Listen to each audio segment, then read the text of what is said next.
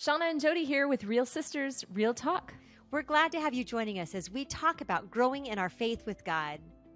Well, hello. Welcome to Real Sisters, Real Talk. I'm Shawna. That's my sister Jody, and we are so thrilled that you are here. We're always thrilled to have you here and to be able to spend this time together just talking about Jesus and what he means to us and how he's shaping our lives and revealing truth to us. It's just so good to be on this journey together. You're not in this thing alone.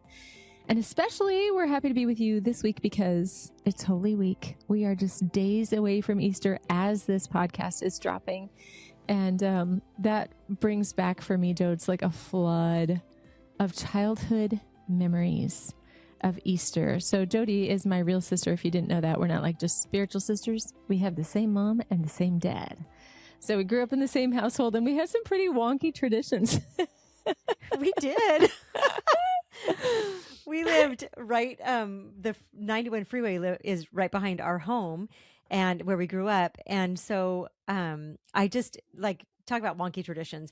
I remember our mom would use these little baskets from the strawberry patch, and she would put some little goodies in there. It might even been our oldest sister, Dawn, that did it a couple times, and leave them on the back porch. And then they would yell that they saw the Easter bunny.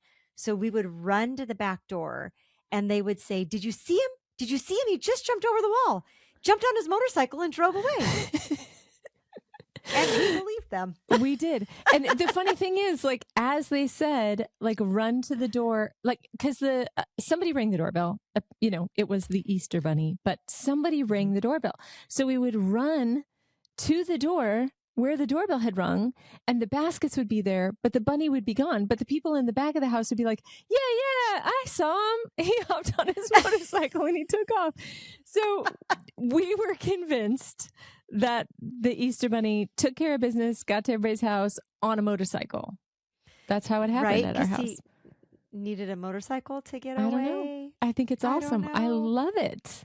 I love it. Right? But the thing is, whatever's your normal as a kid, you just think that's everybody's normal. I don't remember how old I was the first time I realized that other people were like, "Say what? Your Easter bunny has a motorcycle?" I'm like, "Yeah. Did you not know that?" Yeah. So, well, okay. So that was our normal. Did you ever tell your kids that the Easter bunny rode a motorcycle? I didn't. No, it didn't work for our context. It was just because I think we lived right off the freeway that made that part of the story. Yeah. But yeah. No. So going back to our childhood, I also remember we would get an Easter dress. Every Easter, we would get a new dress. Yeah. And that was a big deal for us because we didn't get new clothes very often. And we would get usually some white gloves and a little purse to carry. Oh my goodness. Hat, maybe an Easter hat. Yes. Mm-hmm. A bonnet. We were styling. But yeah, it's so fun because I remember all that. And but even Faye, she's 3 and she remembers getting her Easter dress last year. Really? She knows what dress it was. Yes. Isn't that wild? That's so fun. Yeah. Yeah. So it's just fun. But so you did Easter baskets for your kids? I did do Easter baskets for my kids, and I don't anymore. It kind of morphed from like doing a basket for each individual kid to just like, I know what everybody likes. I throw it on the kitchen counter. It's like, you know what your good stuff is, go ahead and have yourselves.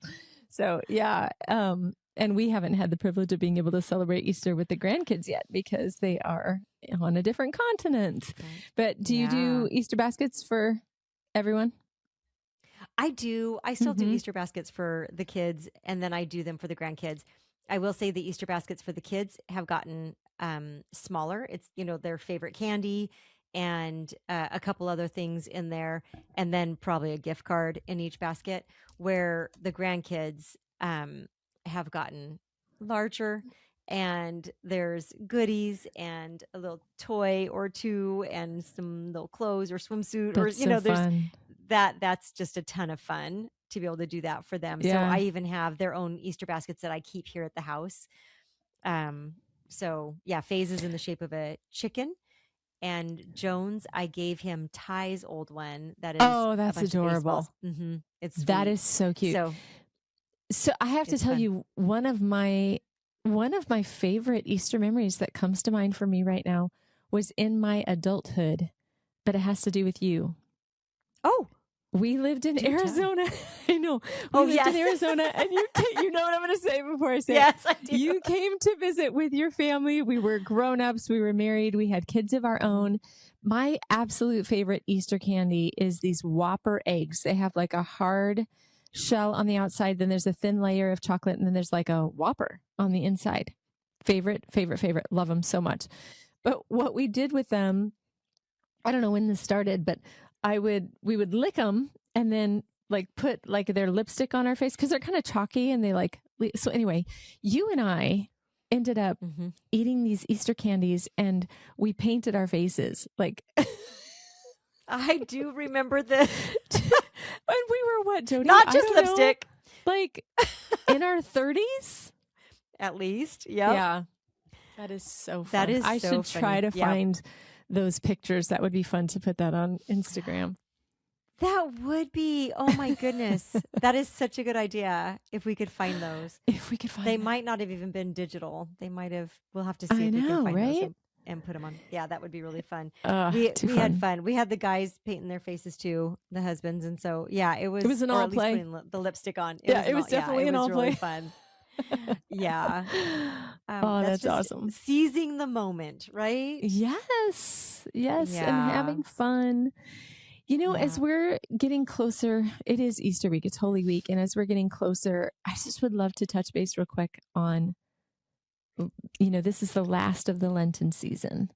How is it coming? How are you doing? We've checked in once, but I just thought it'd be fun to do another check-in. How's it going for you, Jobs?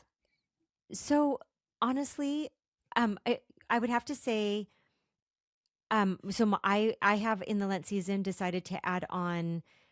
Like I said, I've said multiple times, I do fast every week, so I've kept that going, and so that's a rhythm, and that has been I'm faithful with that, so that has happened each week, which is rich and good. And then I was adding in just really spending some solitude time with the Lord, quiet time with the Lord, and just being in His presence. And wouldn't you know that last week I taught or 2 weeks ago, I taught for our Women of the Word Bible study on Exodus 33. And it's really talks about when Moses, they have come down, he's come down from the mountain. The Israelites had built an idol. And so he breaks the stone tablets. He's all upset. He's angry is what he is. And then he goes between the Israelites and God to stand as their mediator and say, God, don't destroy them. Please forgive them. And then he doesn't get God to relent. God already was planning to relent, but he was taking Moses on this journey of leadership development and growing him. But once God agrees, I will go. Okay, I will not destroy the people. And then he says, go with us, God. Don't send us if you're not going to go with us. And then God says, okay, I'm shortening this. Okay, I will go with you. And then Moses says, show me your glory. And it's this beautiful thing about the presence of God. And then the last lesson we did was about Moses' face shining with God's glory from being in his presence. And so we just have been talking about, is our deepest desire to be in God's presence, is our deepest desire to know him more. And then this week about when we spend time in God's presence, we get to reflect his glory. Come on. We look That's more so good. like him, right? And so in this, of course, the timeliness of this, with me just spending time in silence with the Lord, what a gift it's been for him to just even show me that next level of blessing that comes from being in his presence. Because actually other people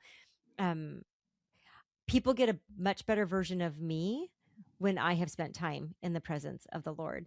And so there's been a lot of learning that has come with the practice as well. And the learning has come through a different avenue. And isn't that sweet the way God does that? Like this is something I felt like he led me to do. And then he just circles from every direction and teaches me. He's very resourceful. He's extremely resourceful. Yeah. Yep. That's so interesting. Slightly off topic, but I spoke at a women's retreat over the weekend, and just kind of had been bringing together all my materials for a long period of time and really spent a lot of time praying over the women and what God would have for them. But when it came time to wrap it up, to create the order, to have things kind of fall into place, they just didn't. And it was really, you know what I'm talking about? I do. It's that battle. Yeah. And it was just like, I felt like I had a lot of good things to say. Like the Lord had given me this whole basket full of goodness. I just didn't feel like I had unction or clarity about how it needed to be delivered in the order in which it was going to come or whatever. And so I tried everything from using all my best resources to really using my most focused time of the day to work on it, to scrapping the whole thing and saying, Lord, whatever you want to do, I'll just start all over again. Like if this is all, because I had so much material, it was like, okay, maybe it's just too much, overwhelming. Just Lord, from scratch, just let me know what you want. Like nothing. It was actually just a little bit scary because I started to feel irresponsible. Like, Lord, these people have entrusted this day to me and I really am not ready, you know? To the point where I just had to walk away from all of it and sit with the Lord. And in the sitting, Jodes, this is painful, but I felt like, because he loves us so much, you can't get to trust and you can't get to intimacy if you aren't willing to be honest. And I love that the Lord is willing to be honest with us. So I really felt like in the quietness of sitting with him, he said, I think you want them to like you more than you want them to love me. Oh, Shawna. Yes. I have been there, sister. And that hurts. I mean, even as I say that sentence, it kind of creates this pain and this ache in my heart. Because that is not my longing. Way. But there was truth in it, right? Because I was trying to like, what would be clever? What, how can I get us to connect? Like, and I just felt like he said, none of that. It's not about you. Yeah. So I just put stuff together literally the day before the retreat, literally put stuff together and was like, that'll work. Went to bed, woke up in the morning with such incredible peace, was able to go. I was ready to love on them. I delivered the messages and God did some really beautiful things through it. But all of that is to say, Jodes, like what he took you through for the purpose of teaching, like honestly, if you want to grow spiritually, put yourself in a position where you are held accountable for what you are learning. And I mean, offer to lead a small group in your Bible study or even teach a Bible study or just put yourself in a position, because the Lord always in my life, always doesn't bypass me with the information he's giving me for others. Like it always does a changing work deep inside of me. Right. I was talking with one of my friends today, Elizabeth, and we were talking about teaching and how when we're teaching, we learn 10 times more ourselves. And it is so deep in us by the time we teach it, but it's just what the Lord does in us when we're doing the preparing. So, you know what? I'm going to even say, like, I love the challenge that you just made. Like, when we're held accountable for what we're studying, we study in a different way, right? So yes, teaching, if that's not your gift, yes, you can lead a Bible study. If that's not something you're ready for, it's not your gift, then I would say, make sure you're in a small group and that you do the lesson and you come ready to share and you do share, because as you prepare to come into that group and as you share what God is teaching you and you get to get feedback from other people, there's accountability for what you're learning. That's so good. Like, there's so many ways to step into that, but we have to be willing to step into it. Small groups are such a great way to learn. I have great plans. I'm just going to tell you, I probably have 3 Bible studies sitting on my desk right now that I think, oh, I want to do that because that would be so interesting to just do on my own and learn, and on different books of the Bible. And the 3 of them have probably been sitting on my desk for at least 6 months, and I have not started them because I'm going to do them on my own, by myself. There's no accountability. No accountability. That's me in books. That's me in books. Yeah. I have a stack of books that I am telling you, very noble intentions for. You bet. But I'm going to read they have those. not been cracked open. So there you have that. But actually, Yeah. that's a great segue into how I'm doing this Lenten season. Yes. So I gave up alcohol, sugar, and caffeine. And I was in Chicago for work. It's like there's 2 weeks out of the year that are just very demanding. There's more than that, but these two that look like this that take me to Chicago are very demanding weeks. So I was on air like 4 hours a day, every day that week. And I'm not used to being live for 4 hours. Like, you don't get to go to the bathroom. This was awful. There was one time I waited so long to go to the bathroom that it was nearly, urgent. And I'm waiting for a song long enough because there's in the studios in Chicago, there's only one bathroom on every floor. And so it's kind of not near the studio where we're recording. So I needed to run over there.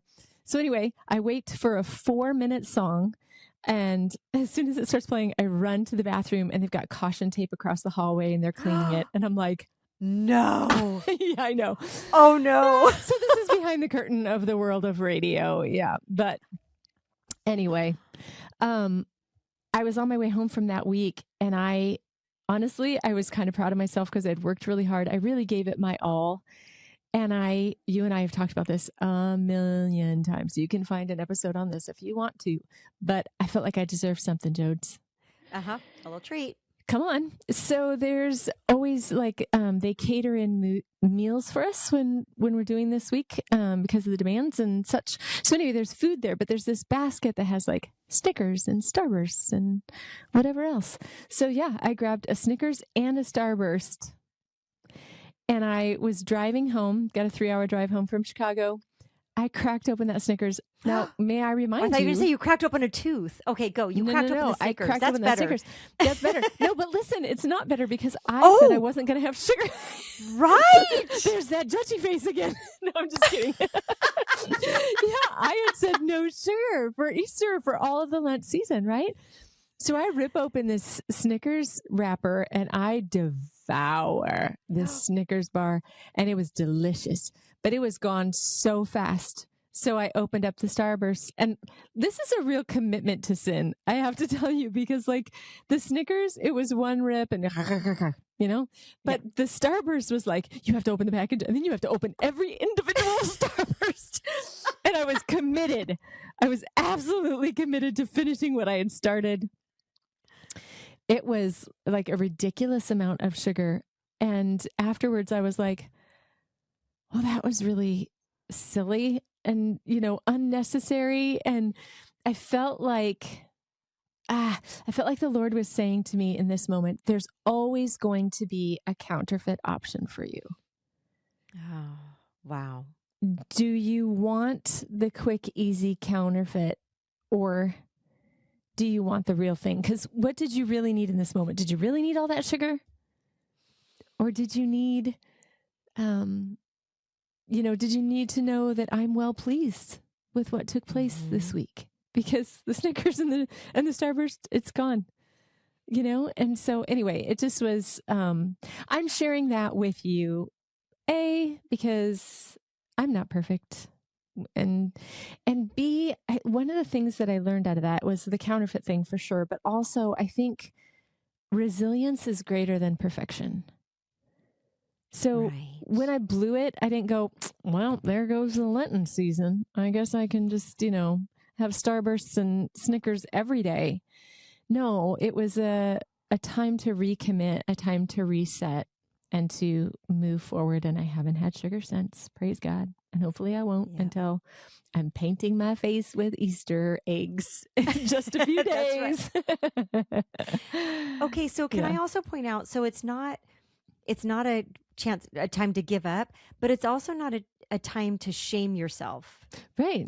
You're so unworthy, Shawna. You blew it. I cannot believe you were so you call yourself a Christian. You're a right? Christian radio host. You ate Christian. You ate sugar. You said you weren't going to have any, and you had 2. Yeah, Right. I did. Right. And we can beat ourselves up that way too. And that's not, that is nowhere, that's the enemy coming Mm-hmm. at us. Mm-hmm. And so, yeah, I'm really proud of you for kind of just taking a look at that and saying, hey, it is okay. And we're going to reset. And I would imagine that eating the sugar probably didn't even make you feel great on your No. drive. There's I felt, consequence to here's the that. thing. Yeah, there is some real physical consequences because not only was I tired from the week, but then I had that sugar Yep. crash on top of the being tired from the week. And it was like, Yeah. so yeah, no bueno, no good for me. But Yes. yeah, the important thing is to recognize it for what it is. Hear the voice of God calling you back. When I take Woodson on walks on our driveway, we've got a driveway that's about a third of a mile long, so he doesn't have to be on leash when we're on the driveway. He's going to be 9 months. Wow, I think he's 9 months old today. But anyway, he always gets distracted. We'll be walking together side by side, and then something gets his attention. And if he doesn't correct himself, I keep walking, and then he's distracted by something in the woods, and eventually there's a little bit of a distance between us, right? But I just call his name. I'm like, Woodson, come.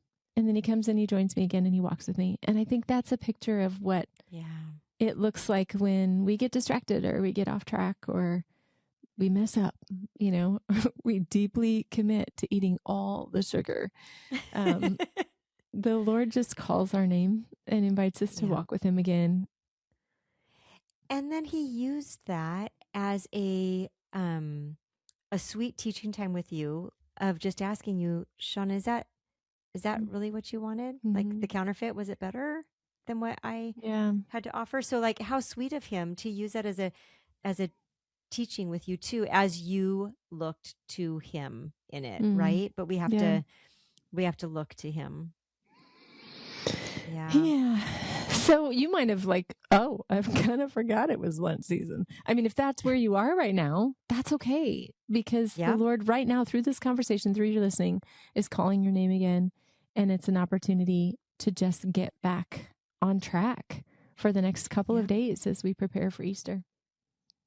And we do want to intentionally prepare for Easter. Like this is called Holy Week, Mm-hmm. and it's Holy Week for a reason. And so even briefly, I want to know what it looks like for you, sister, but we do a Good Friday service, and so we'll have 2 services on Friday night, and then we add one on Sunday to our normal lineup at 7 a.m. on our as well as our 9, 10:30, noon, and 6 p.m. But the Good Friday service is a really sweet time.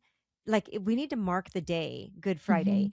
Mm-hmm. And I also just want to note, like, we call it good, and it's really the day that we recognize Jesus' death on the cross. Mm-hmm. And so how can that be good? It wasn't good for him. It's good for us. It's really good for us. And Sunday is even better, right? And so there's a reverence to it. We don't do anything on Thursday, like the Passover, Monday, Thursday, they call it, but the Passover for Thursday. We don't do anything that night. But even that, like, can we mark that as when we look in, I love the book of John. And when we look in John and we see Jesus get his disciples together for the Passover meal, he knows he's going to be crucified. He knows what's coming, but his disciples don't get it. They just don't get it. And so we've got like John 13 where he washes the disciples' feet. And it's such an emotional, read that this week. Like, it's such an emotional time for the disciples. And he is modeling to them the ministry he's calling them to. And then he goes into his teaching, and it's kind of those last words, like if, you're sending your kid off to college and you're like, lean in, I need you to hear this, right? And make good choices. Make good choices. Remember who you are. It's all those things, right? And that's what he's doing with his disciples. He's telling them, this is it. This is it. And they still don't get it, and they argue about who's best and all that stuff. And it's just all these little pieces of that walking to Good Friday and Easter morning. And so I just want to, it's such a sweet time for us as believers in Jesus Christ. And I think we need to make sure it's marked that way, in our own way, whatever that, God is inviting you to this year as you walk in that. But what do you guys do, sister? How do you walk in this week? Yeah. Well, before I answer that question, I just want to say real quick, you can just Google the passages of Holy Week and it'll come up. Google will share with you, read these passages of scripture on this day. Like this is what happened on Palm Sunday, on Holy Monday, Holy Tuesday, Spy Wednesday, when Judas agreed to betray Jesus, and it'll walk you through each of those. So there's literally a reading for every day that kind of real time allows you to experience what Jesus went through 2,000 years ago on this week. Yeah. So, but what we do is we don't have a service, but we have a prayer experience. And what it is there's maybe like 7 or 8 or 10 different prayer stations, and they are very intentionally sequential. So you will arrive and you can come. So like the church is open for, let's just say like 3 or 4 hours, and you can show up at any point during that window and walk through a prayer experience. And you start at station 1, and there's, it's an invitation to experience God there. And then it moves you to the next one and the next one and the next one. And you can just take it in your own pace. We've got people that come with, their 6 children, and they all walk through it together with their children, and they explain to their children in a way that they can understand what we're doing with Jesus in that specific, at that station, and then move on to the next one. And, some people will lap you. Some people get through it a little bit faster. That's okay. You can take your time. But it's just a time to really reflect on what took place that week and what Jesus endured. And then, of course, Easter Sunday is a big deal. Yes, Easter Sunday is a big deal. We have a cross in the front, and everybody brings a flower. And you can put a flower on the cross from your own garden, or we have flowers there too, that's just cool. in case you need them. But yeah, it's really pretty. So now we do it during one of the worship songs, in the first part of the worship set.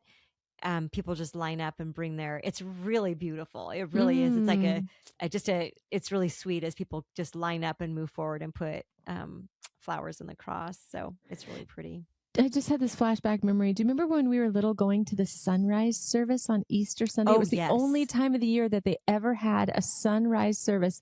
I have no idea what time the sun was rising when I was a kid, but it seemed earlier than reasonable.